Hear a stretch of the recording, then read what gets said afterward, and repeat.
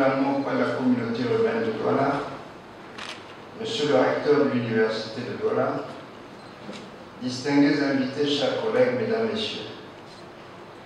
C'est avec un réel plaisir que je vous souhaite une chaleureuse bienvenue à l'occasion de l'ouverture des deuxièmes assises de l'Université du JICAM.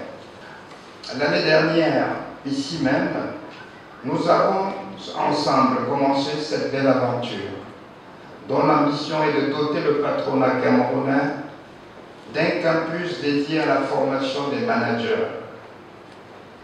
Nous entendons conforter les résultats obtenus aux premières assises, consolider davantage la symbiose entre le milieu de la recherche et celui des affaires. Notre vœu est que cette deuxième assise soit l'occasion d'échanges fructueux qui contribueront au développement de nos entreprises.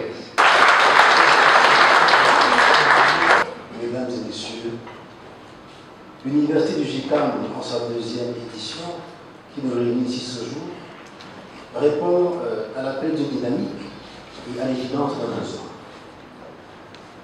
L'appel d'une dynamique est celui qu'a lancé le président Foto en voulant insuffler au groupement interpatronal du Cameroun à une idée porteuse d'un nouvel espoir, plébiscitée par les membres, en s'appuyant sur l'équipe universitaire pour relever la voix du patronat.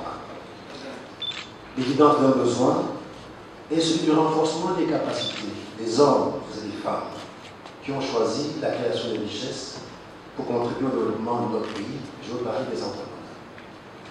Eh bien, les attentes de ces deuxièmes assises seront à l'image de votre présence, mesdames et messieurs, de votre sagacité, de votre participation à ces deuxièmes assises de l'université. Je vous remercie pour votre attention.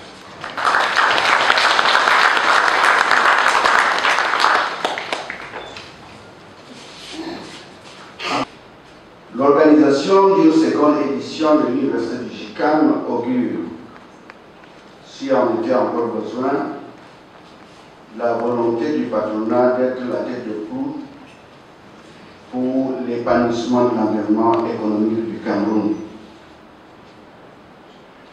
Le ministère de l'Emploi et de la Formation professionnelle, quant à lui, sera toujours aux côtés des organisations professionnelles ou patronales en quête des voies et moyens pour lutter efficacement contre le chômage et la pauvreté, et ainsi ouvrir les portes pour la croissance et l'émergence de notre cher et beau pays d'ici à 2035. Sur cette note, je déclare solennellement ouverte les deuxièmes assises de l'Université du JICAM. Nous allons donc aborder le troisième sujet du thème 2, qui est l'architecture de la diplomatie d'entreprise du JICAM face aux besoins de ses membres dans la conquête des marchés de la sous-région. Alors, qu'est-ce que le JICAM? S'il faut parasiter cette définition, je dirais que le JICAM va donc être l'art de concevoir, de combiner et de disposer par les techniques appropriées les intérêts multidimensionnels de ses membres destinés à constituer les volumes protecteurs qui mettent l'entreprise, dans les divers aspects de ses projets, à l'abri de toutes les nuisances naturelles. L'activité économique génère des nuisances, on peut dire, naturelles à l'entreprise, et les nuisances artificielles. On en a parlé tout à l'heure, il y a quelqu'un qui m'avait dit si on pouvait appliquer une chimiothérapie à la corruption et surtout à l'action, quelquefois, disons, aux excès de la douane, ça serait une bonne action. Donc, enfin, pour terminer, nous aurons la stratégie d'internalisation des entreprises qui sera composée de 4 phases.